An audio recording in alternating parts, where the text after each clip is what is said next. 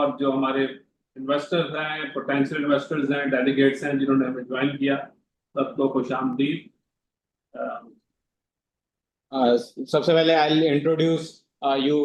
Here with us is Mr. Fareed Alam, he is CEO of AKD Securities, for the introductory remarks. Then from the management side, we have Mr. Khurram Javed, Chief Executive Officer, then company's COO Shakil Ahmed, and company's Chief Financial Officer Mohammad Zafar Iqbal. First of all, we'll start our meeting with the introductory remarks, then we'll move to presentation from the management side, and then follow up by question and answer session. I'll request all to stay muted and post your question in the chat room, while keeping your questions limited to 2 per person due to time constraints. Let the session begin. To you, Fareed. बिस्मिल्लाह कर लेते हैं। औज़ुबिल्लाहि मिनश शैतानिर रजीम, बिस्मिल्लाहिर रहमानिर रहीम।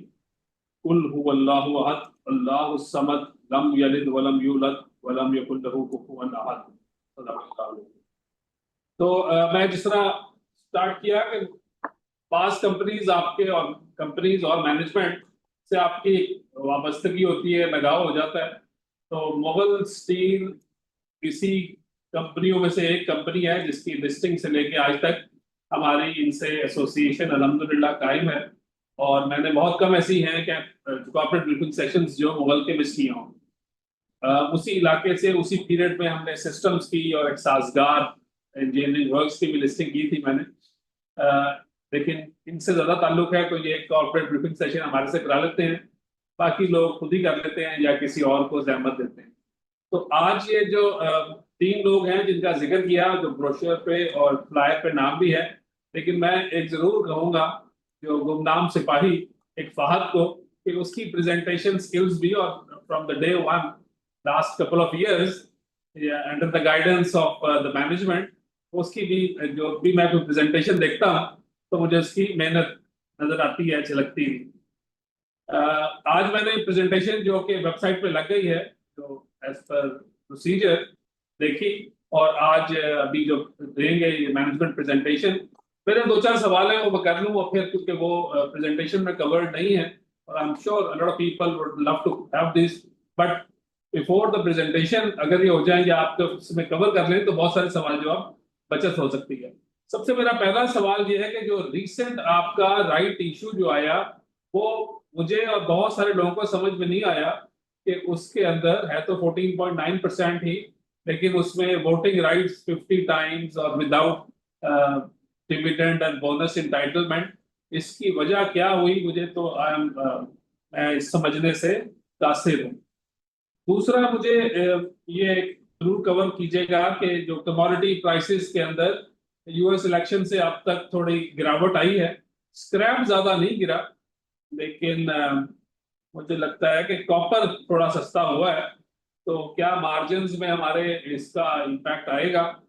दूसरा ये कि आपकी माशाल्लाह from the day one आप लोगों की सेल्स और ब्रांड तो बहुत बड़ा बन गया, और अल्लाह मियां इसको और बढ़ाए, लेकिन ये आपकी बोरिंग क्योंकि काफी ज्यादा होती है, और अब काफी अरसे के बाद बोरिंग्स रिड्यूस हुई है, तो आपकी लॉन्ग टर्म और शॉर्ट टर्म अगर 36 बिलियन प्लस की बोरिंग पे अगर इंटरेस्ट रेट कम होता है, तो ये सिंगल फैक्टर ही इसको बॉटम लाइन को आगे बढ़ाने में माउन साबित होगा।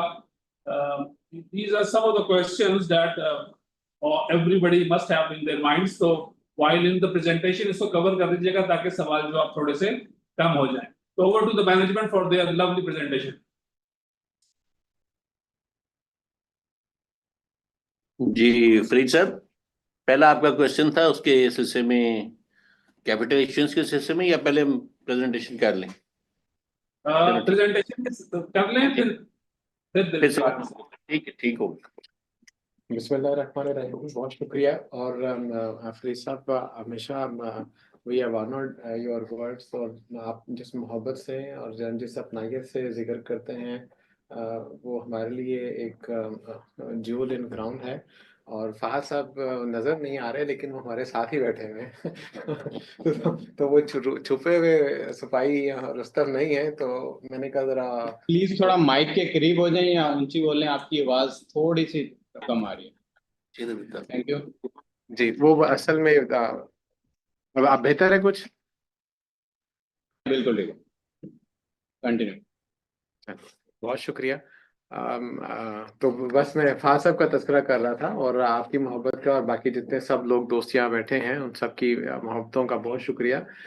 बहुत इतनी कंसिस्टेंट और लॉयल्टी के साथ जो है वो लोग हमारे शेयर होल्डर्स हमारे साथ रहते हैं, हमारी सारी जो है वो गुफ्तगू सुनते रहते हैं। हमें भी बड़ी इंस्पिरेशन मिलती है उनकी मौजूदगी से।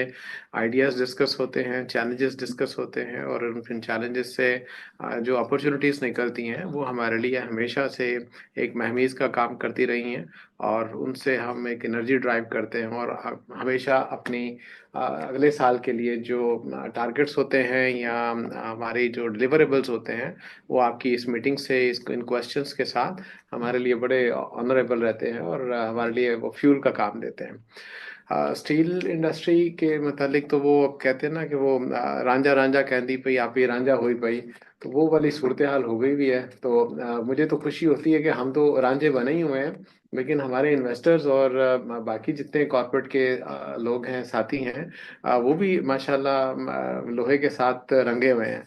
तो ये बड़ी एक ऑनर की बात है कि पहली दफ़ा इतनी स्ट्रॉन्ग जो है कॉर्पोरेट वर्ल्ड के अंदर we have been able to establish presence of this sector और इस सारी बात के लिए आप सबका बहुत शुक्रिया।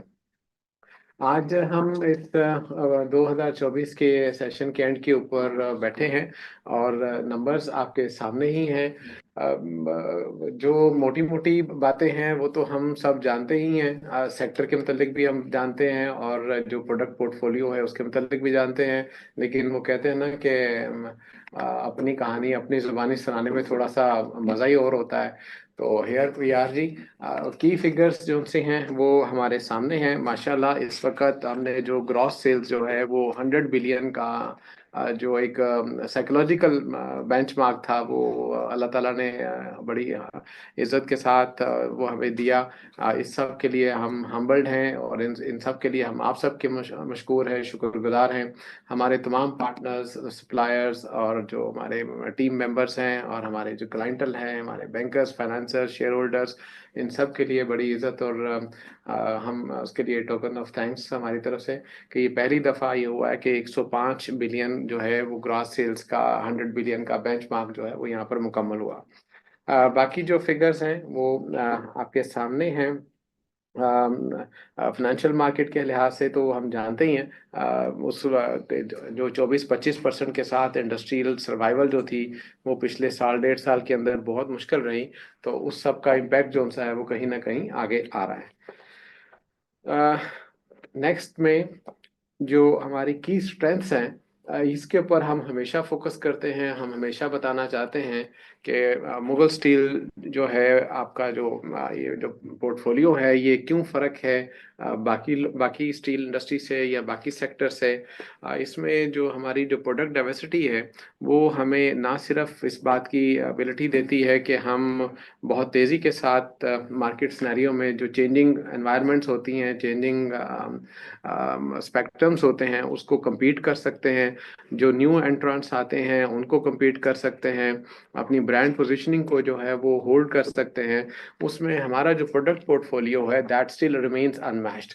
हम 2014 में मार्केट में आए थे और उस वक्त से लेकर आज तक Mughal steel has continuously endeavored to not only keep this strategic competitive advantage but has reinforced and established it further। तो अल्लाह का बड़ा शुक्र है कि वक्त के साथ साथ ना सिर्फ ये कि जो लोकल मार्केट है उसमें सेक्शंस के अलावा रीबार्स और फिर रीबार्स के अंदर भी इंफ्रास्ट्रक्चरल रीबार अलग से और जो होम ओनर्स है रीबार उनके अलग से। रीबार्स में जो है हमारी जो होम ओनर की मार्केट है वो डे बाय डे मजबूत तर होती चली जा रही है। हमारा विजन ये था कि हम गवर्नमेंट के साथ थोड़ा सा कम बिजनेस करना चाह रहे थे। अपना जो एक्सपोजर है वो गवर्नमेंट या इंफ्रास्ट्रक्चर जो चाइनीज प्रोजेक्ट्स हैं, अपना एक्सपोजर उसमें कम रखना चाह रहे हैं। हमें को क्रेडिट रिस्क में मसाइल नजर आ रहे थे। टाइम हैज प्रूवन के वो that turned out to be right decision, और हमने जो नई मार्केट डेवलप की पिछले 4-5 साल में वो बहुत सिग्निफिकेंट रही। जब आप अगली दफ़ा अगली स्लाइड में देखेंगे तो आप देखेंगे कि जो ग्रेड 60 है और सुप्रीम बार जो है उसका एक सिग्निफिकेंट डिफरेंस जो है वो आपको नज़र आएगा। इसी तरह से जब हम सेक्शंस में जाते हैं तो सेक्शन में वो ऑल्दो के it is marked as girder. मैं चले उस स्लाइड पे आता हूँ तो करते हैं, हम पिछली स्लाइड पे ही रहते हैं प्लीज। इससे पीछे प्लीज आइए, ये बात इससे भी पीछे, प्रीवियस वन जी, की स्ट्रेंथ्स के ऊपर। तो ये असल में this is where Mughal Steel is, this is what Mughal Steel is all about. कि इसके जो प्रोडक्ट पोर्टफोलियो है उसके अंदर एमएस की प्रोडक्ट्स जो है उसके अंदर बहुत ज़्यादा डाइवर्सिटी है। And today as we speak Mughal Steel remains the only company in Pakistan among more than 250 steel players, जिसके पास लोकल के लिए अर्बन रूरल इंफ्रास्ट्रक्चर और स्ट्रेटेजिक प्रोडक्ट्स जो हैं वो मौजूद हों। तो ये पाकिस्तान की अभी तक वाहिद कंपनी है जहां पर सिंगल शेल्टर के अंदर या सिंगल पॉइंट के ऊपर ये तमाम की तमाम प्रोडक्ट्स मिल जाती हैं।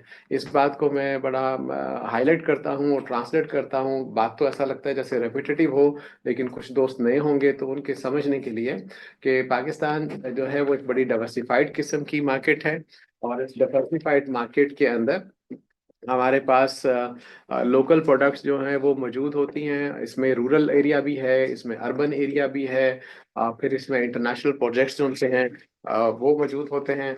और उन तमाम प्रोजेक्ट्स के लिए एक डिफरेंट प्रोडक्ट पोर्टफोलियो हमें चाहिए होता है।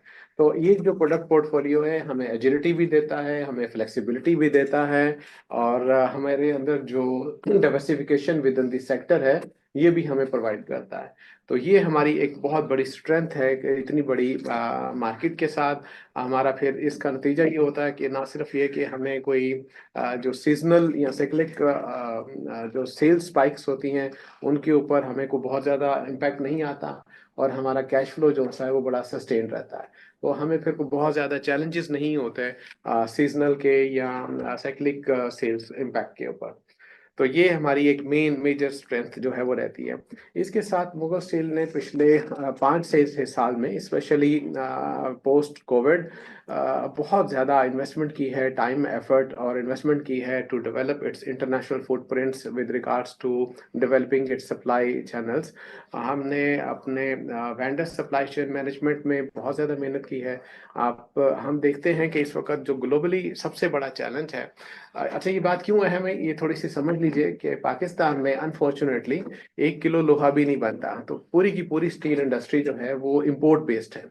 तो ये जो इंपोर्ट बेस्ड है रॉ मटेरियल की हद में, चाहे वो कोयला हो, चाहे वो आयरन ओर हो, चाहे वो स्क्रैप हो, चाहे रीरोलेबल हो, चाहे बिलेट हो, कहीं ना कहीं पर ये एक इंपोर्ट बेस्ड रहती है। तो जब इंपोर्ट बेस्ड है तो इंटरनेशनल जो वोएज है या जो लॉजिस्टिक के चैलेंजेस हैं मुख्तलिफ किस्म के अनरेस्ट की वजह से दुनिया में, और फिर हमें देखते हैं कि सुएज में, पनामा में, मिडल ईस्ट में, यूरोपियन साइड के ऊपर बहुत ज़्यादा चैलेंजेस रहे हैं।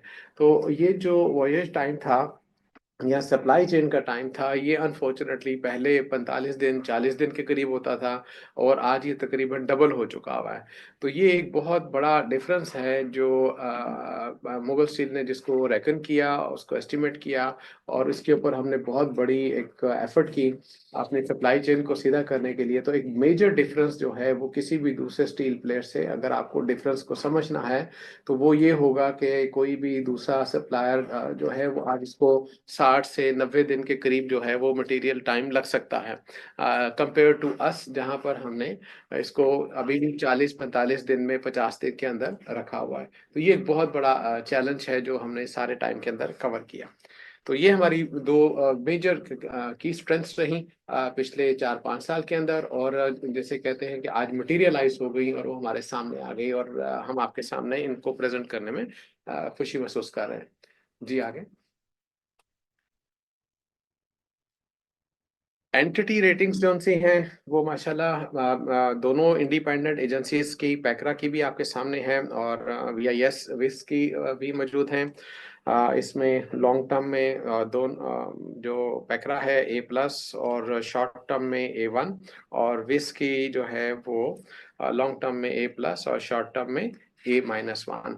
इनका इम्पैक्ट क्या है, इसको हम ट्रांसलेट कैसे करते हैं, तो मेरा ख्याल है ये आपका एक रूटीन का काम है, तो इस पे कोई क्वेश्चन होएगा तो हम इसको डिस्कस कर लेते हैं। लेकिन जो बात ये है कि हम अपने कोर बिजनेस पर एफर्ट करते हैं, कोर बिजनेस पर मेहनत करते हैं, तो लेट्स से कि this is the result of more than 2500 people, और एफर्ट जो है वो इसकी सारी है इसके रिजल्ट के तौर पर सामने आती है जी। ये जी हमारा ट्रेड सीक्रेट है, पब्लिक ट्रेड सीक्रेट। हमारी स्ट्रेंथ कहाँ से है, हमारी सप्लाई चेन कैसे है, इसमें जो बहुत ओपन सीक्रेट है, और फिर वही बात कि हम इसको मेंटेन करने में अपना जी जान से इसमें इन्वेस्टमेंट करते हैं और इस पर मेहनत करते हैं। बहुत बड़ा जो मेजर इम्पैक्ट आया इस साल के अंदर वो ये था कि हमारे वो नॉन फेरस के प्लांट की वजह से, हमारा जो इंपोर्ट का सर्कल था वो इसके अंदर बहुत ज़्यादा मर्ज हो गया। जब मोटर स्क्रैप करते हैं तो मोटर स्क्रैप के साथ जो लोहा पहले यूज़ नहीं हो पाता था वो भी हम यूज़ करने के काबिल हो। तो ये एक हमारा बहुत बड़ा स्ट्रेटेजिक एडवांटेज रहा जो कि अनमैच्ड है, और दिस विल रिमेन अनमैच्ड। बाकी जो सप्लाई चेन है फेरस की वो बिल्कुल वैसे ही है, और नॉन फेरस की भी वैसे ही है। जो न्यू साथी आज हमारे साथ बैठे हैं उनके इंटरेस्ट के लिए कि जो फेरस है उसमें स्क्रैप हम इंपोर्ट करते हैं, फिर उसकी मेल्टिंग होती है, फिर उसमें री रोलिंग करते हैं, और री रोलिंग के बाद फिर उसका डिस्ट्रीब्यूशन चैनल कर जाते हैं। The unique thing about Mughal steel in ferrous section is it's vertical integration, starting from import, और फिर उसके बाद उसकी सेग्रीगेशन, उसकी रिफाइनिंग, उसकी मेल्टिंग, वहाँ पर फिर कैप्टिव पावर जनरेशन, और उसके बाद रोलिंग, और रोलिंग के बाद फिर मार्केट के जो डिस्ट्रीब्यूशन चैनल्स है वो हम खुद इम्प्लाई करते हैं। मुगल स्टील ने अपने मार्केट डिस्ट्रीब्यूशन चैनल पिछले 60 साल में, 70 साल में अक्रॉस द कंट्री किए हैं, जिसका मतलब ये है कि we are one national local company. Gwadar वाले के लिए भी हम एक लोकल कंपनी हैं, हम कोयटा वाले के लिए भी एक लोकल कंपनी है, हम लाहौर वाले के लिए भी एक लोकल कंपनी है, हम कराची वाले के लिए भी एक लोकल कंपनी है। तो one south to north, east to west, whatever, Mughal Steel has invested and endeavored to remain one local company in terms of supply, in terms of availability, making its product available to to all the segments and all the areas of Pakistan, irregardless of its challenges with regards to transportation and logistics. Transportation और logistic में जो interesting बात है, to repeat again, which again is an unmatched feature at Mughal steel.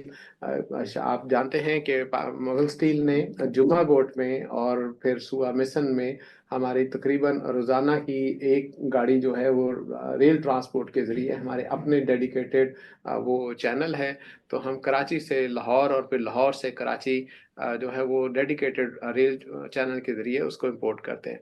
इसी तरह से जो finish product है वो भी हम इस चैनल को इस्तेमाल करते हैं, और फिर जो रोड ट्रांसपोर्ट है उसको भी simultaneously side by side use करते हैं। तो इसका नतीजा ये होता है कि मुगल स्टील की प्रोडक्ट्स जो सी हैं वो आपको अक्रॉस द कंट्री हर जगह मिलती हैं। जैसे हम कहते हैं कि तुरखम में दुनिया का सबसे हाईएस्ट वो ATM मशीन है, तो इसी तरह से मुगल स्टील भी तुरखम से लेकर ग्वादर तक कोई गोठ, कोई गांव, कोई देहात, कोई टाउन ऐसा नहीं मिलेगा जहां पर मुगल स्टील की आपको प्रोडक्ट नहीं मिलेंगी in terms of its availability, और वो एक कंपैरेटिव प्राइस के साथ we ensure to remain them, to make them available to our customers and our clientele. तो ये हमारे ऑर्गेनाइजेशनल सप्लाई चेन का एक स्ट्रेटेजिक सीक्रेट है। इसी तरह से The same applies for the non-ferrous section. Non-ferrous section के अंदर भी पाकिस्तान में क्या इस वक्त पूरे ये साउथ एशिया के अंदर the largest non-ferrous dismantling जो ability है वो मुगल स्टील के पास है with the Italian technology। और हम मटेरियल इंपोर्ट करते हैं, उसको डिसमेंटल करते हैं, उसकी ब्रेकिंग करते हैं, सेपरेशन करके, सेग्रीगेशन करके, अलग करके, फिर उसको कॉपर की शक्ल में या एल्युमिनियम की शक्ल में एक्सपोर्ट करते हैं। जो बाकी उसका मटेरियल होता है वो फेरस मार्केट में, लोकल मार्केट में, या हम खुद उसको कंज्यूम करते हैं। तो वो हमारा नॉन फेरस का सेक्शन रहता है। जी आगे जी।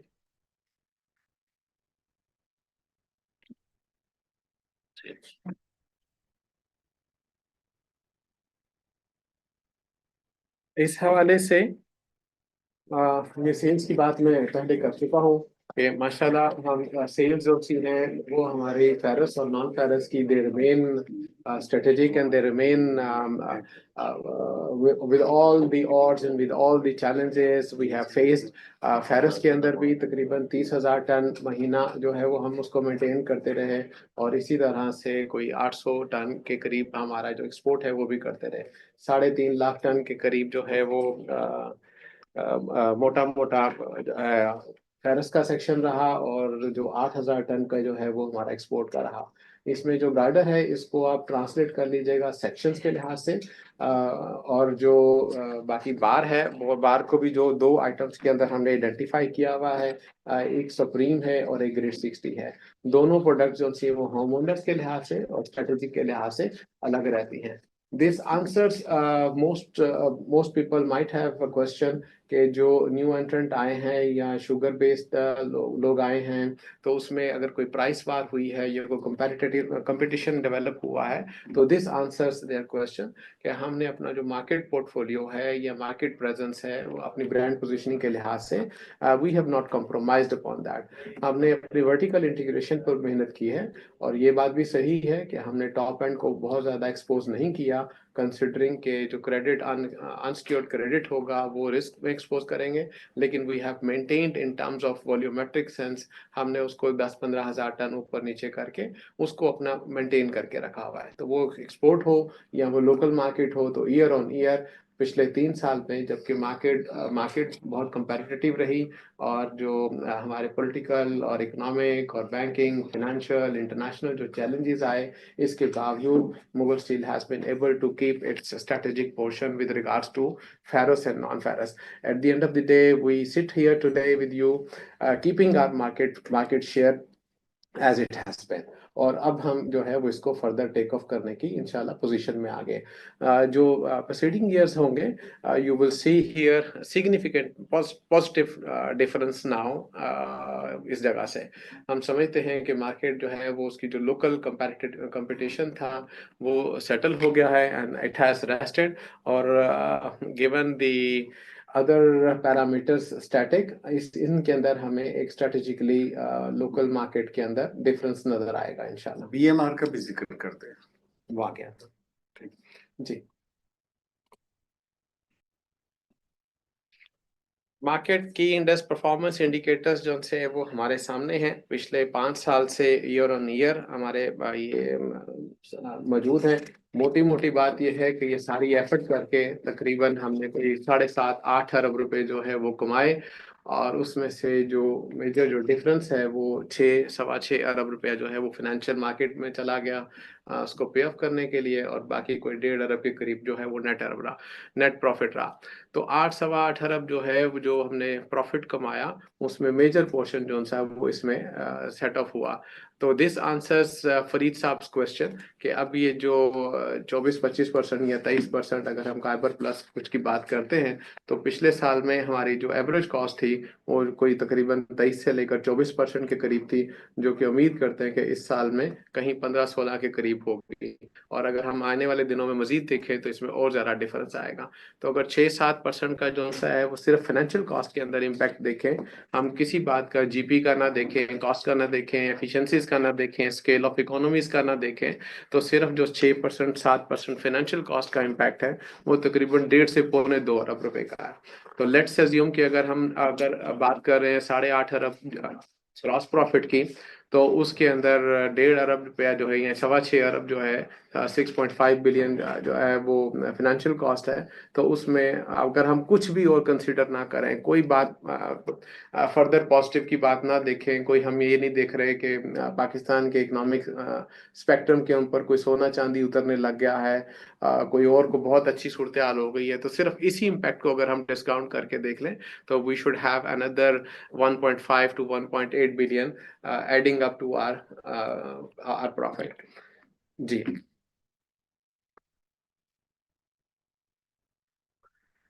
सेल्स के मतलब मैंने पहले बताया कि आज पाकिस्तान की हिस्ट्री में पहली दफा हम 100 बिलियन का जो है वो बेंचमार्क हमने पूरा किया। जो नेट सेल्स है वो 92 बिलियन की रही, 67 बिलियन टू 92 बिलियन, ऑलमोस्ट 30% का जो था ये इंक्रीज था। इसमें वॉल्यूमेट्री की तो इतना ज्यादा बहरहाल नहीं था। हाँ, कुछ पोर्शन जो है, जो फरीद साहब ने क्वेश्चन किया कमोडिटी मार्केट के अंदर के फेरस की प्राइसेस हमारी स्टेबल रही हैं, तो जो नॉन फेरस की प्राइसेस हैं कॉपर की वो गिरी हैं।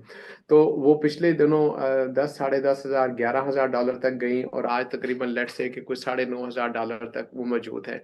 तो ये जो $1,000 है, ये 10% कोई बहुत बड़ी बात नहीं है कॉपर के अंदर। बिल्कुल ये वैसे ही बात है कि स्क्रैप जो सा है वो $450 था, तो अगर आज $410 है तो तकरीबन 10% का ही इम्पैक्ट मोटा मोटा उसके अंदर भी है। तो ये जो कमोडिटीज हैं या स्पेशल या प्रेशियस कमोडिटी हैं, इनके अंदर 10-15% का कोई वो इतना बड़ा नहीं है। और ये जो डिफरेंस है 10% का, ये भी हमारे डेटाबेस के मुताबिक एक्सपेक्टेड है। ये कोई अनएक्सपेक्टेड या कोई वो ब्लो अंडर द बेल्ट या ब्लो अंडर द टेबल नहीं है।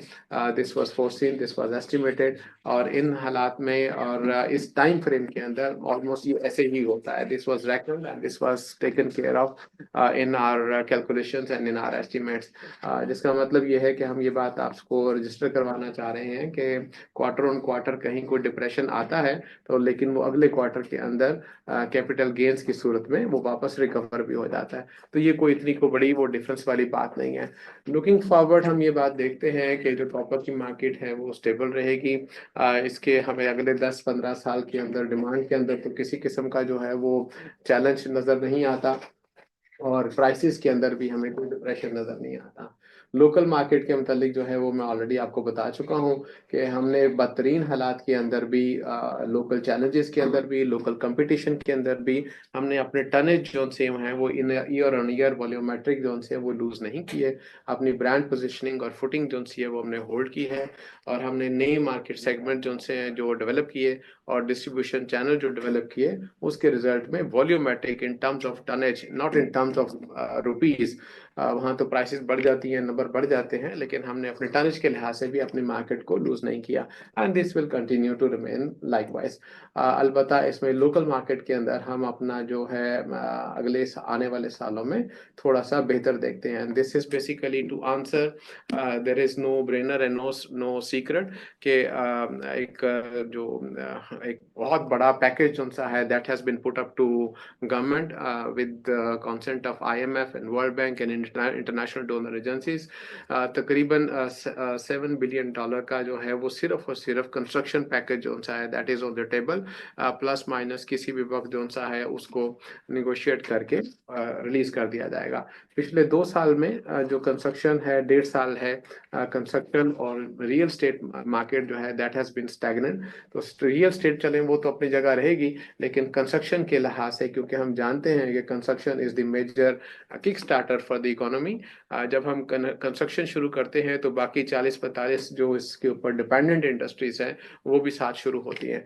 तो into it, or IMF has basically encouraged and asked to beef up the construction package other than PSTP. तो this is very unique, और ये इससे पहले कभी ये बात देखी सुनी नहीं गई थी। तो I would say कि congratulations to all my shareholders, और we look forward to welcoming this construction package।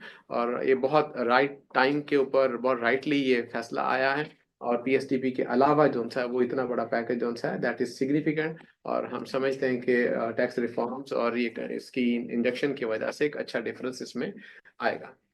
जी आगे।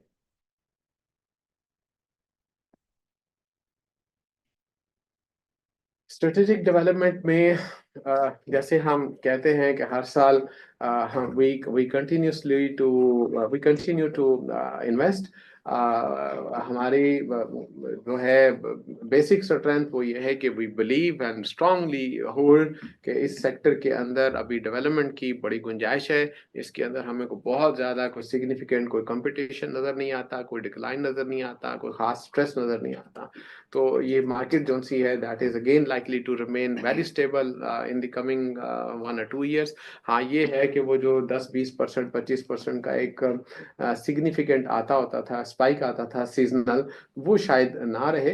लेकिन जो मार्केट है ओवरऑल ईयर ऑन ईयर अगर हम देखें 12 महीनों के ऊपर, तो that is likely to remain stable. इसके ऊपर जो है वो को खास हमें चैलेंजेस नजर नहीं आते। इन चैलेंजेस को, इन इस स्टेबिलिटी को देखते हुए मुगल स्टील जो था इस हमेशा से अपनी एक एनर्जी बास्केट डेवलप करने में लगा हुआ था। हम आज हमारे पास मुख्तलिफ किस्म की जो है वो इकोनॉमिक मैट्रिक्स के ऊपर डिफरेंट सॉर्ट ऑफ एनर्जी जो है वो अवेलेबल है, जिसमें अल्टरनेट एनर्जी भी शामिल है, सोलर भी शामिल है, गैस फायर्ड पावर प्लांट भी हैं, और अब ये हाइब्रिड 36.5 पावर मेगावाट का हाइब्रिड पावर प्लांट है, जिसमें कोई 40% 50% के करीब इम्पोर्टेड कोल रहेगा और बाकी जो सा है वो लोकल फ्यूल्स रहेंगे, जिसमें वुड चिप्स, बार्क वगैरह और लोकल कोल वगैरह आएगा। तो ये मुगल एनर्जी का एक जो एक्विजिशन थी वो Mughal iron and steel industries ने वो कर ली है। और this is one I would say again a unique feature. No steel industry in Pakistan has employed such large base of power generation. आज हमारी जो टोटल जो है इंस्टॉल्ड कैपेसिटी, इंस्टॉल्ड जो पावर है वो तकरीबन कोई 125-130 मेगावाट के करीब है, जिसमें से 100 मेगावाट के करीब हम ग्रिड से लेते हैं और 20-25 मेगावाट जो सी हमारी अपनी कैप्टिव सोर्सेज से रहती है। With addition of this 36.5 megawatt हमारे पास जो इंस्टॉल्ड है वो हो जाएगी तकरीबन 167 के करीब, और जो हमारी जो यूज रहेगा अगेंस्ट 3.5 लाख टन के करीब या 35,000 टन पर मंथ के अगेंस्ट, वो हमारा जो बेंचमार्क है वो कोई 100 से लेकर 125 मेगावाट रहेगा। हम पहले अपनी जो सी वो मोस्ट इकोनॉमिक मैट्रिक के ऊपर जो हमारी एनर्जी होगी वो यूज करेंगे, be this alternate, be this solar, be this other sources. उसके बाद फिर अगर वो गैस की हुई तो गैस की चलेगी, और इसी तरह से अगर वो हाइब्रिड यूनिट की हुई तो वो चलेगी, और उसके बाद फिर एंड पे जो बैलेंस होगा 70-80 मेगावाट का, वो फिर भी that we will continue to take from grid, वो 70-80 मेगावाट के करीब वहां से रहेगा। इसके साथ साथ इस मुगल एनर्जी के साथ साथ जो अगला वाला पोर्शन है वो ये है कि हम ये बात मार्केट में शेयर कर चुके, और कि अल्हम्दुलिल्लाह इस साल जो है वो हमने मीडियम सेक्शन जो है उनको भी टेंडम मिल के ऊपर लाने का फैसला किया है।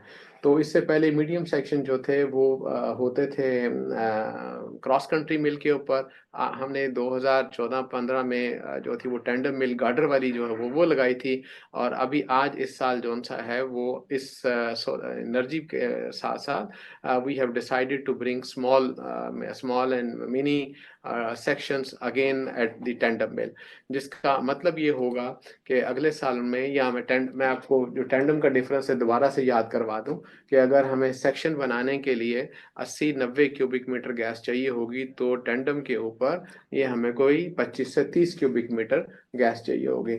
इन टर्म्स ऑफ रुपीज जो है वो डिफरेंस हमारा वो आप उसको कैलकुलेट कर सकते हैं। तो this is going to be online by positively start of next financial year, जून जुलाई के अंदर जो है ये भी हमारे फीचर के अंदर इंशाल्लाह ये एडिशनली ऐड हो जाएगा। जी, एक सवाल था वो शायद ये था, ऑल्दो के आई वुड लाइक जफर साहब टू फर्दर एक्सप्लेन। फिलहाल साहब ने मतलब ये हाथ रेज किया और ये खत्म कर लेना। नहीं होगा। तो सिर्फ एक कमेंट ये करना चाह रहा हूँ कि मुझे ये बात ये although this will come from Zafar साहब, लेकिन इसमें क्वेश्चन क्या होगा राइट इशू के अंदर स्पॉन्सर्स ने जो सा है अपना ट्रस्ट शो किया है। मार्केट की जो टर्मोलिटी थी और मार्केट की जो सेंसिटिविटी थी वो बड़ी अजीबोगरीब थी कि कुछ यूनिट जो थे वो थोड़ा सा स्टम्बल अप हुए थे, तो उसकी वजह से ऐसा लग रहा था शायद स्टील सेक्टर में कोई प्रॉब्लम आ गया। एंड उसी टाइम के अंदर स्पॉन्सर्स ने बगैर किसी उसके इंटरेस्ट के जो है वो अपना होल्ड जो है वो एक्सप्रेस किया है। तो मतलब this is rather something to cherish and to celebrate कि इन टाइम्स के अंदर स्पॉन्सर जो है वो कितना ज़्यादा अपना ट्रस्ट रखते हैं मार्केट के अंदर, प्रोडक्ट पोर्टफोलियो के अंदर और कंपनी के अंदर। तो this is just I would say a note, but I would leave this to further question and answer session. So thank you very much with regards to this presentation for the moment. Thank you.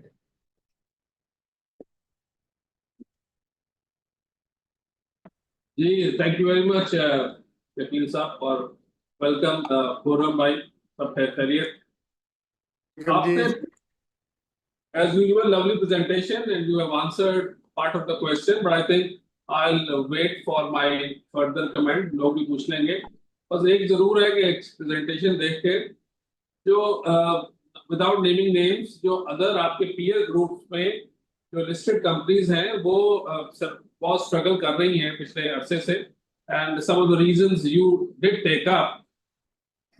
तो आम लोग जो हमारे छोटे सरमायाकार हैं वो ये बहुत ज्यादा डिटेल में नहीं जाते, लेकिन वो ये जरूर कहते हैं कि जो फेरो वाला काम है, ये जो कॉपर वाला है, इसने आपको थोड़ी एज दी हुई है। But I think you have given a wider picture as to what has been the differential factor, क्योंकि आपने ओवर द इयर्स अपने आप को जिस तरह से कंडक्ट किया। मेरे ख्याल से I'll request Osama to open the floor for questions, and if somebody doesn't ask, then I'll have only a few छोटे-छोटे सवाल हैं, हम बाद में करेंगे। Okay, I have some questions in the chat box and also some hand raised. So I'll start with the chat box. The first question is, in your annual report, you mentioned copper recycling volume to be at 50,000 tons. What were the volumes exported or sold in FY24 and same for first quarter FY25? इसमें numbers दिए हुए हैं कि जो copper export हुआ है वो कोई तकरीबन 8,000 टन के करीब टोटल। अगर हम टोटल कॉपर की बात करते हैं तो 8,700 के करीब टोटल एक्सपोर्ट हुआ है, और ये 8,100 8,200 मैंने जैसे कहा कि 800 टन की आप एवरेज लगा लीजिए। अबाउट 300 डे की अगर हम ईयर साइकिल की बात करते हैं तो that is given in the presentation. Question सामने कर दें ताकि ये दोबारा पूछ लें।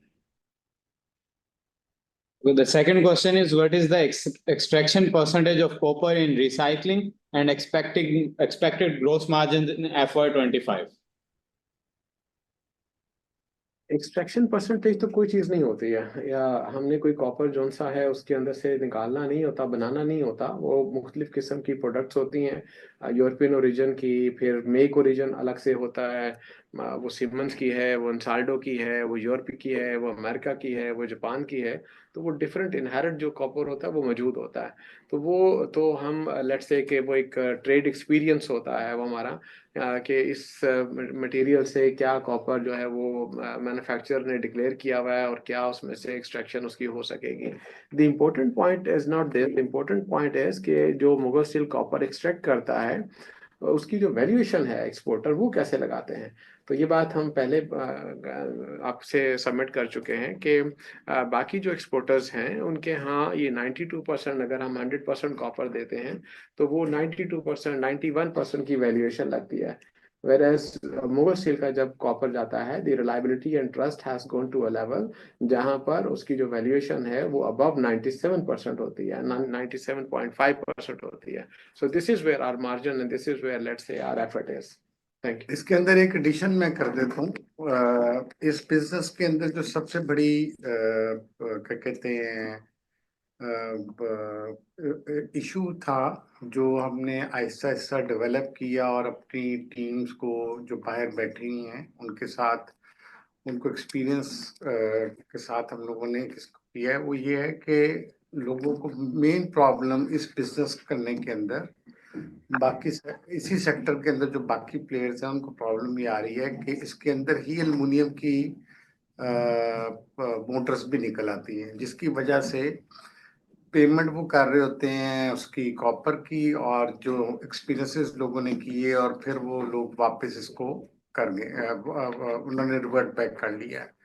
तो इस बिजनेस के अंदर सबसे बड़ा सप्लाई चेन का जो एलिमेंट, जैसे शकील साहब ने पहले कहा था, तो सप्लाई चेन और एक्सपीरियंस ऑफ के जी ये वाली मोटर कौन सी है और इसके अंदर से कितने परसेंट तक कॉपर निकल सकता है, ये बहुत इम्पोर्टेंट चीज है। और क्या कहते हैं, और यही एज है इसके अंदर कि आपके पास टीम और चीजें और सब कुछ अवेलेबिलिटी और अवेलेबल हो तो ही ये बिजनेस हो सकता है, अदरवाइज काफी डिफिकल्टीज है। Thank you. Thank you. What are the company target projections for copper volumes for FY25 and 26? जैसे मैंने कहा कि हम ये बहुत कोई बफर मटेरियल अवेलेबल नहीं होता। खुर्रम साहब ने तो बिल्कुल खुलकर ये बात आपको बता दी है कि ये ऐसा नहीं है कि सुबह को बंदा उठे और जाके इसको परचेज शुरू कर दे। बहुत ये क्योंकि कोई टेस्टेड मटेरियल तो होता नहीं अवेलेबल, ये नेकेड आई से इसको एवेल्यूएट करना होता है। डाटा जो सा है जो उस मटेरियल का अवेलेबल होता है उसका एनालिसिस होता है, और फिर जाके बड़ी एक रिगरस एफर्ट के साथ एक मखसूस एक एफर्ट है जिसमें इसके चूज एंड पिक करके फिर हम इसकी लोडिंग करते हैं और उसको करके आते हैं। ये ऐसा नहीं है कि यार्डों से माल उठाया और उठा के ले आए और फिर उसमें से कॉपर निकाला और नोट छापने शुरू कर दिए। तो ये आम तौर पे जो परसेप्शन हमारे यहाँ देखा देखी शुरू हुई है, वो कहते हैं ना खरबूजे को देखे खरबूजे ने जो रंग पकड़े हैं, तो वो ऐसा नहीं है। वो खुर्रम साहब ने ये बात आपको बताई दी है ट्रेड सीक्रेट के तौर पे। तो ये डिपेंड करता है कि जो इंटरनेशनल वॉल्यूमेट्रिक अवेलेबल है वो कितना मटेरियल रहता है। उसमें से हम बहुत चूजी हैं, बहुत सिलेक्टिव हैं। जितना मटेरियल सिलेक्टिवली हमें अवेलेबल होगा हम उसको प्रोसेस करते हैं। Given our effort that we have developed in developing this channel, तो हमारा ये ख्याल है कि इसमें कोई बहुत सिग्निफिकेंट 10-15% 20% के करीब जो सा है वो शायद इंक्रीज रहे प्लस माइनस, लेकिन इससे ज़्यादा जो सा है वो इसका कोई सप्लाई चेन इंटरनेशनली अवेलेबल नहीं है कि रातों रात ये कोई दुनिया बदल जाएगी। ये जो रातों रात बदलती है उसमें सिर्फ वॉल्यूम आ जाएगा, कॉपर नहीं आएगा। तो हम बहुत सिलेक्टिव रहने की कोशिश करेंगे इसमें।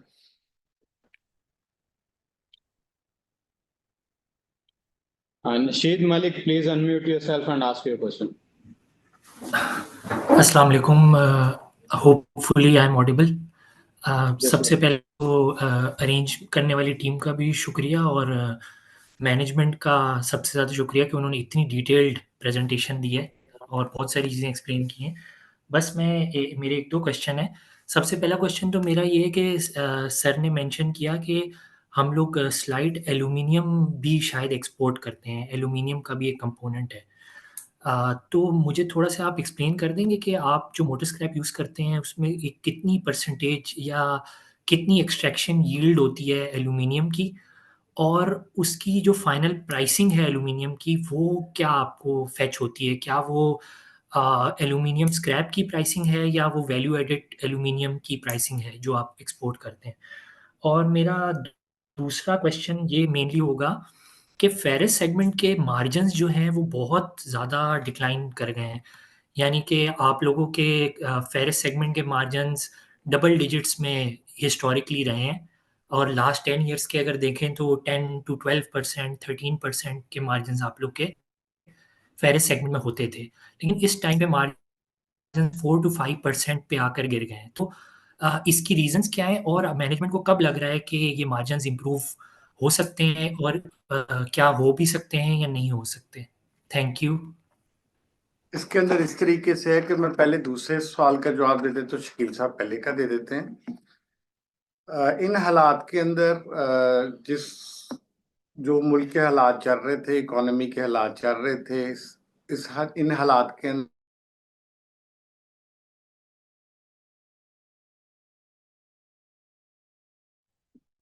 जो हमारे मार्जिन्स रहे हैं, चीजें रहे हैं, तो इंशाल्लाह ताला हम बेहतरी, इकोनॉमी बेहतर होगी तो डेफिनेटली तमाम चीजें बेहतरी की तरफ जाएंगी।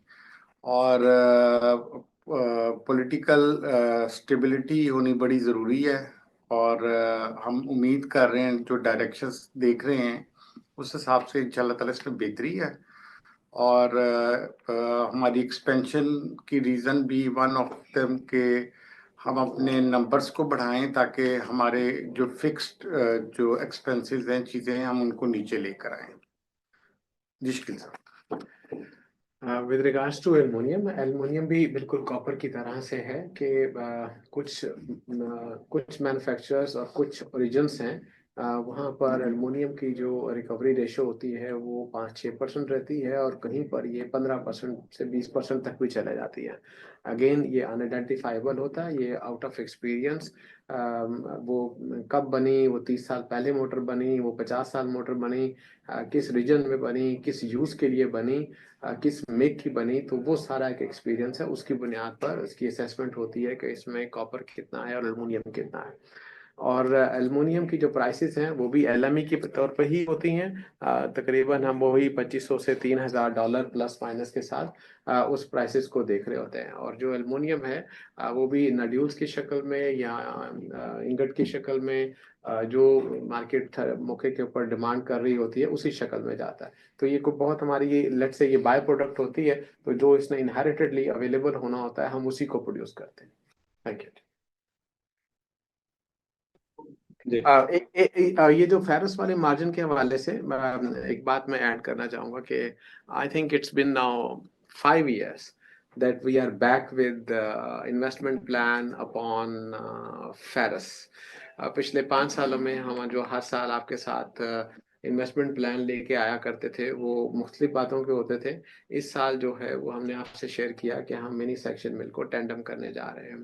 तो this expresses our interest and this expresses our trust in the coming year के फेरस सेक्शन के जो मार्जिन्स हैं, वॉल्यूम्स हैं, वो पॉजिटिव इंशाल्लाह बेहतर हो गए हैं और हो भी जाएंगे। जी थैंक यू पूरम साहब।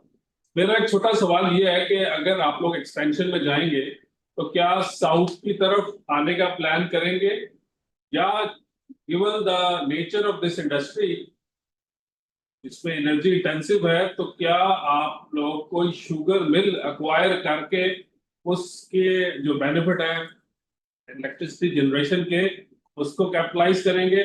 और एक छोटा रैपिड फायर क्वेश्चन ये है कि सीमेंट का हमने देखा है ऑफ लेट साउथ में और नॉर्थ में।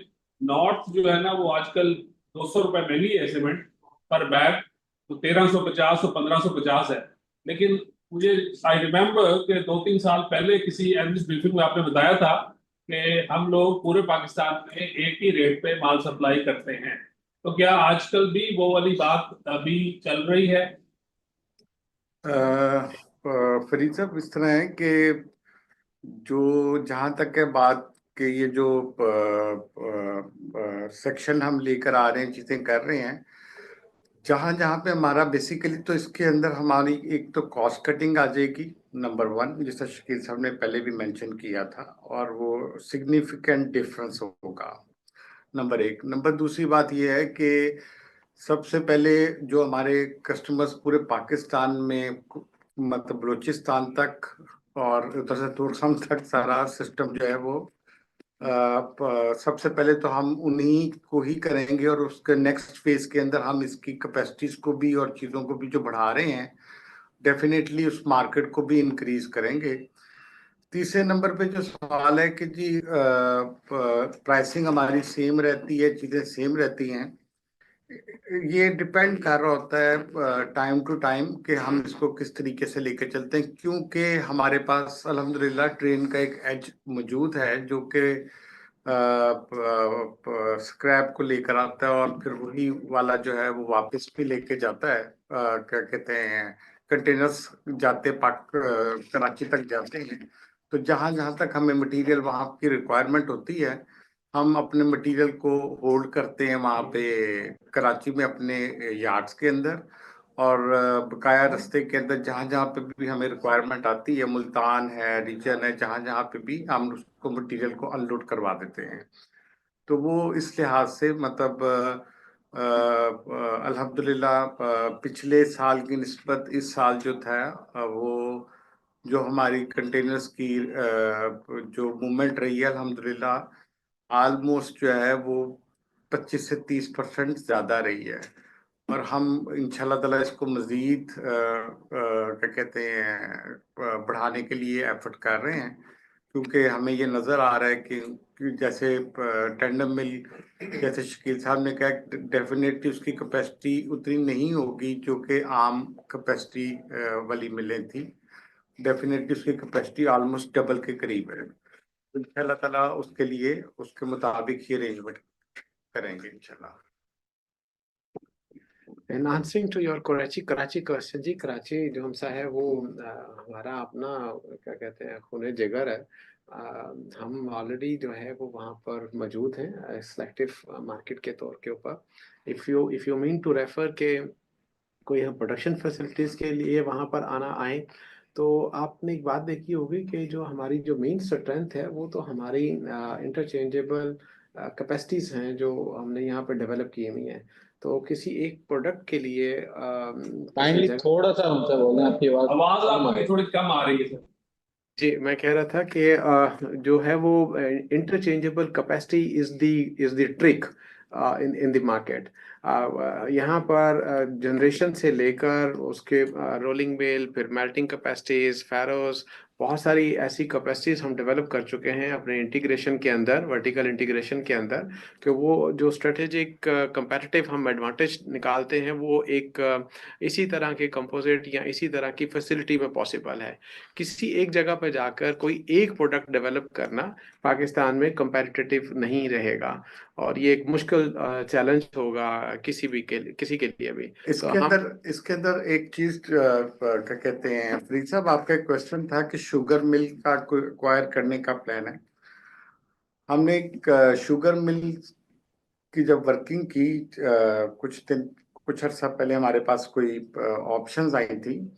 मैं एक चीज को क्लियर कर देना चाहता हूँ कि पाकिस्तान के अंदर जो शुगर मिल बहुत थोड़ी ऐसी हैं जिनके पास इतनी कैपेसिटी मौजूद है कि वो अपने साथ स्टील प्लांट को लेके चल सकें। मतलब आप ऐसे समझ लें कि 70 to 80% या शायद उससे भी ज्यादा ऐसे स्टील प्लांट है जो 3 से 4 हजार टन की प्रोडक्शन से ऊपर नहीं जा सकते हैं, जिसके ऊपर स्टील प्लांट वायबल नहीं है। उनकी प्रोडक्शन कैपेसिटी इस तरह की है कि वहां पे आपको नया पावर प्लांट लगाना पड़ेगा। अब जब नया पावर प्लांट लगाएंगे तो पीछे उसकी कैपेसिटी भी बढ़ाएंगे। जब उसकी शुगर मिल की कैपेसिटी बढ़ाने के लिए जाएंगे तो ये मतलब हमारे लिए एक मतलब एक्सपीरियंस नहीं था, लेकिन कुछ शुगर मिल्स जो थी वो मार्केट में बिकने के लिए आई हुई हैं आजकल, और शुगर की इंडस्ट्री आपके सामने है। तो वो बेसिकली जब हमने उसके ऊपर वर्किंग की तो उसकी वायबिलिटी नहीं बन पा रही थी। तो जो क्रशिंग जो है वो बड़ा मैटर करता है कि किस प्लांट की कितनी क्रशिंग है और मिनिमम कितनी होनी चाहिए, तो ये प्लांट जो हैं स्टील प्लांट उसके साथ चल सकते हैं, वरना स्टील की वायबिलिटी उस पे से खत्म हो जाएगी और पीछे से शुगर की भी खत्म हो जाएगी। जी बिल्कुल सही है। उसामा क्योंकि सीमेंट सेक्टर भी देखता है, तो मेरे पिछले कमेंट पे उसने कहा है कि सर जो सीमेंट की प्राइसेस के अंदर 200 रुपए का फर्क है, उसको it's largely attributable to the royalty and the excel weight, इसकी वजह से ये फर्क आ रहा है। तो thank you Usama for you. तो और दो चार सवाल ले लें, फिर टाइम काफी गुजरता जा रहा है, रैपिड फायर क्वेश्चन कर लेते हैं। Talal, please unmute your mic and ask your question.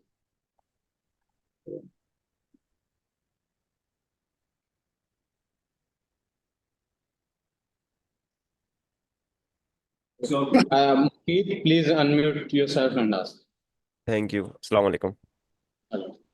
Yes, sir. Just wanted to ask on copper volumes, as you mentioned कि FY24 में आप लोगों ने 8,000 tons export किए. Just by looking at your production numbers, recycling में आपकी 56,000 ton की production थी। अगर मैं इसको 10% यील्ड के हिसाब से देखता हूँ तो 5,600 टन बनते हैं। और मेल्टिंग में आपकी 500 टन्स थी, तो ये अराउंड 6,200 टन्स बन सकते हैं। तो जस्ट वांटेड टू आस्क कि अगर हमने 8,000 एक्सपोर्ट्स किए तो क्या हमारे पास 1,800 टन की पहले से इन्वेंट्री मौजूद थी? First question. And second question is कि रिसाइकलिंग प्लांट, आई थिंक किसी नोटिस में किसी ब्रीफिंग में मेंशन किया था कि 90,000 से 1,20,000 कैपेसिटी करेंगे आप लोग। So is it still in the plan, and if है तो वो कब तक आ जाएगी? Thank you. ये आपने बिल्कुल सही कहा। जो कुछ तो है वो ओपनिंग स्टॉक जो है वो अवेलेबल था, और कुछ जो सा है वो कोई 10% का पक्का पक्का नकाहा नंबर नहीं है। कहीं कहीं कोई ऐसे मटेरियल भी होते हैं जहां पर 12, 14, 15% मटेरियल भी हम सोर्स करते हैं। यकीनी तौर पर वो महंगे रॉ मटेरियल्स होते हैं, तो कुछ जो है वो इन्वेंट्री का पोर्शन वहां से आया। और जो कैपेसिटी है, यस, वो हम उसको यही 80-90 हज़ार टन के करीब करीब लेकर चलेंगे, और उसके बाद वो ऑपरेशनल कैपेसिटी पावर के साथ अवेलेबल है, और बाकी जो ऑपरेशनल कंटीजेंसीज हैं उसके साथ लिंक्ड है। Thank you. राइट। अच्छा सर, कॉपर के अगर मैं करंटली मंथली रन रेट पूछूं, लाइक नवंबर में कितने होने वाले हैं, अक्टूबर, या एक आप मंथली रन रेट दे दें तो वो किस तरह का चल रहा है? And I think what I believe इसके मुगल 1,000 टन्स पर मंथ भी कर सकता है, एंड आई बिलीव कुछ मंथ्स में किए भी है। तो कौन सी ऐसी चीज़ है जो वो 1,000 टन ना हो, मतलब 1,000 टन नहीं हो पा रहे? या तो शायद वर्किंग कैपिटल का मसला हो, या सप्लाई चेन की सोर्सिंग का मसला हो, सिंस ये रॉ मटेरियल इतना ज़्यादा अवेलेबल नहीं होता। So just wanted to understand, 1,000 ton अगर हमने पहले ही किए थे तो हम कंटिन्यू क्यों नहीं कर पा रहे उसको? इसके अंदर सबसे आसान जवाब मैं आपको दे देता हूँ, शकील साहब अपनी बात बता देंगे। हमें जो मटेरियल्स हैं वो अवेलेबिलिटी के लिहाज से हम देखते हैं, और क्या कहते हैं, नाप तोल के कौन सा मटेरियल किस टाइम जोन के अंदर अवेलेबल हो रहा है, और किन महीनों के अंदर जिन महीनों की आपने डिस्कस किया है कि जी 1,000 टन तक भी जा सकते हैं, तो प्राइसिंग का फैक्टर बहुत बड़ा फैक्टर है, और क्वालिटी का भी, चीज़ों का भी। तो हम लोग अपने आप को उस लेवल तक नहीं लेके जाते जहां पे हम लोगों ने अंधा मतलब वो सिस्टम जो है ना वो चलाना होता है। तो हम लोगों की मतलब कोशिश ये होती है कि हम लोग अपने आप को चीज़ों को अंदर इस तरीके से करें। ऐसे ऐसे हम अपने जो सप्लायर्स हैं उनको इंक्रीज कर रहे हैं, उनकी टेस्टिंग्स चल रही हैं, और ताकि किसी किस्म की कंपनी को कोई हिट किसी किस्म की ना आए, और हमारे पास रिस्क फैक्टर ना हो। क्योंकि क्वालिटी ऑफ मटेरियल, मोटर तो दुनिया जहान से मिल जाएगी, लेकिन क्वालिटी जो हमें रिक्वायरमेंट है वो बेसिकली मेजर जो होता है वो उसके ऊपर कर रहे हैं। तो इंशाल्लाह ताला हम आहिस्ता आहिस्ता अपनी इसको बढ़ा रहे हैं। कैपेसिटी अवेलेबल है, और फंडिंग जो है वो अल्हम्दुलिल्लाह जब आवाज़ देते हैं तो अल्हम्दुलिल्लाह मार्केट की तरफ से पॉजिटिव रिस्पांस रहता है। और फिर अगला फैक्टर ये होता है कि जिम्मेदारी भी होती है कि मटेरियल की क्वालिटी और चीज़ें, और सप्लायर्स वेंडर्स की शॉर्ट लिस्टिंग, वो बड़ी इंपॉर्टेंट चीज़ है। टाइम कुछ कम है, मुगल एनर्जी के लिहाज से कुछ क्वेश्चन जो से वैसे मैं वो देख रहा हूँ। एक तो बात यह है कि जी मुगल एनर्जी का जो हमारी जो कंस्ट्रक्शन इरेक्शन है ये मुकम्मल हो जाएगी फर्स्ट क्वार्टर में, और हम कमीशनिंग के फेज में एंटर हो जाएंगे। और दूसरी बात ये कि जो मुगल एनर्जी की जो प्रोडक्शन होगी that will remain our primary production. वो ऐसा नहीं है कि वो मिटिगेट होगी। वो हमारी सोलर की और ये मुगल एनर्जी की हाइब्रिड पावर प्लांट की, चूंकि इकोनॉमिकल होगी और सस्टेनेबल होगी, तो इसलिए हम सबसे पहले इसको यूज़ करेंगे, और बाकी जो सी है जो बैलेंस चाहिए होगा वो हम ग्रिड से यूज़ करेंगे। तो इसका मतलब ये होगा कि अगर हम अपनी एग्जिस्टिंग कैपेसिटी यूटिलाइजेशन को देख रहे हैं तो इसका इम्पैक्ट जो सा है वो मुगल एनर्जी के ऊपर नहीं रहेगा। वो 100% प्लांट जो है वो जनरेशन हर वक्त करता रहेगा। और the unique part of Mughal energy, आपने शायद ये बात देख ली होगी कि this plant is imported from Europe, Germany, Switzerland का वो बना हुआ है टरबाइन और बॉयलर जो मेन उसके पार्ट्स हैं। इसलिए इसकी जो एफिशिएंसी है that is likely to remain above 34-35%, with operational capacity being available more than 7,000 hours compared to any other origin या Chinese plant जो 5,000 hours के होते हैं। होते हैं। तो इसलिए इसकी जो प्रोडक्शन है वो हर हाल में हमारे पास प्राइमरी रहेगी और वो अवेलेबल रहेगी। अगर हम 50-60% री-रोलिंग कैपेसिटी की बात करते हैं या 70-80% मेल्टिंग कैपेसिटी की बात करते हैं, तो this is not likely to affect our Mughal generation. वहाँ पर वो 100% यूटिलाइज हो रही होगी और इसके बाद हम 50-60-70 मेगावाट जो है वो ग्रिड से भी एक्स्ट्रा ले रहे होंगे। इसके साथ एक दो क्वेश्चन हो रहे हैं कि शायद इनकम टैक्स की जो है वो एग्जम्पशन खत्म हो गई है, तो वो नए प्लांट्स के लिए है। That is available to us. जो प्लांट लगे और जो डिक्लेयर हुए वो वहाँ पर मौजूद हैं और वी फोरसी के जो आज के दिन में 40-45 रुपए का जो यूनिट है, इलेक्ट्रिकल यूनिट है, उसके कंपैरिजन में कोई फ्यूल एनर्जी जो एनर्जी कंपोनेंट है that is likely to remain 20-22 रुपए और जो कैपेसिटी कंपोनेंट है वो that is likely to remain 4 से 5 रुपए। तो हम 25 रुपए और 40 रुपए का डिफरेंस जो है उसको मोटा मोटा कहीं गेज कर रहे हैं। तो I hope I answered all your questions on Mughal energy. Thank you. और इसके अंदर एक एडिशन में थोड़ी सी कर देता हूँ।